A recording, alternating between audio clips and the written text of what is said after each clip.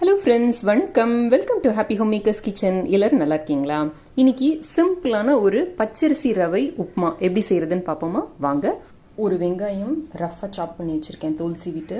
ஒரு ஆறுக்கு கருவேப்பிலை எடுத்திருக்கேன், கொஞ்சமாக இஞ்சி எடுத்திருக்கேன், 2 பச்சை மிளகாய் எடுத்திருக்கேன். இது இப்போ எல்லாத்தையும் இந்த சாப்பரில் போட்டுக்க போகிறேன். ஒன்றா ஒரு கப் அளவுக்கு பச்சரிசி நொய் எடுத்திருக்கேன். பச்சரிசி நொய்யை ஒரு பாத்திரத்தில் எடுத்துக்கோங்க.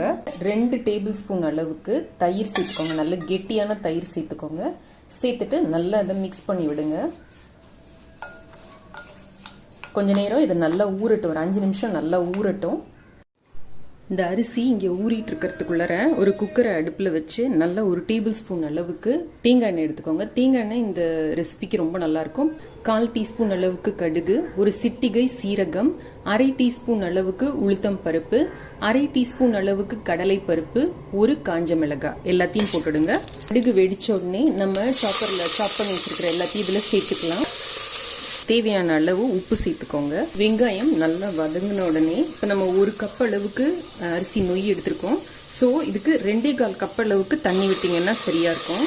இதை நல்லா இப்போ கொதிக்க விடலாம். இங்கே டேஸ்ட் பார்க்காம கூட உப்பு கரெக்டாக இருக்கா அப்படிங்கிறத தெரிஞ்சுக்கலாம். இப்போ பார்த்தீங்கன்னா கரெக்டாக நடுவில் கொதிக்க ஆரம்பிக்குது பாருங்கள். இந்த மாதிரி கொதிக்க ஆரம்பிச்சது அப்படின்னா நம்ம சேர்த்துருக்கிற உப்பு கரெக்டாக இருக்குது அப்படின்னு அர்த்தம். இந்த மாதிரி கொதிக்கிறப்ப நம்ம தயிர் சேர்த்து வச்சிருக்கிற இந்த அரிசி நொய்யை இதில் கலந்துடலாம். நல்லா கொதிக்க ஆரம்பித்தோடனே சிம்மில் வச்சு மூடி 2 விசில். இன்றைக்கி அவசரம் அப்படிங்கிறதுனால நான் குக்கரில் வைக்கிறேன். இல்லாட்டி நீங்கள் ஓப்பன் மெத்தடில் கூட ஒரு 10 நிமிஷம் வேக வச்சிங்க அப்படின்னா உப்புமா தயாராகிடும்.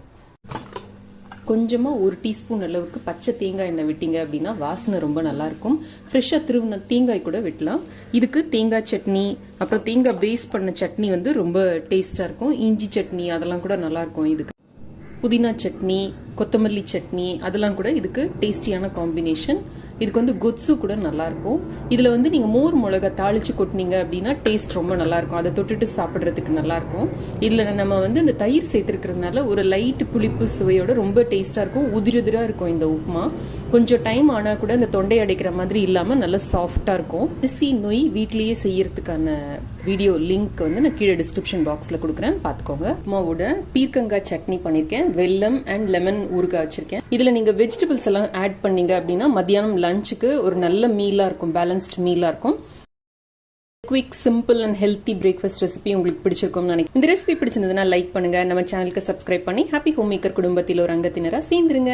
இணைந்திருங்கள். ஹாப்பி ஹோம் மேக்கருடன் என்னாலும். நன்றி, வணக்கம். ஆரோக்கியமான சமையல், ஆனந்தமான வாழ்க்கை.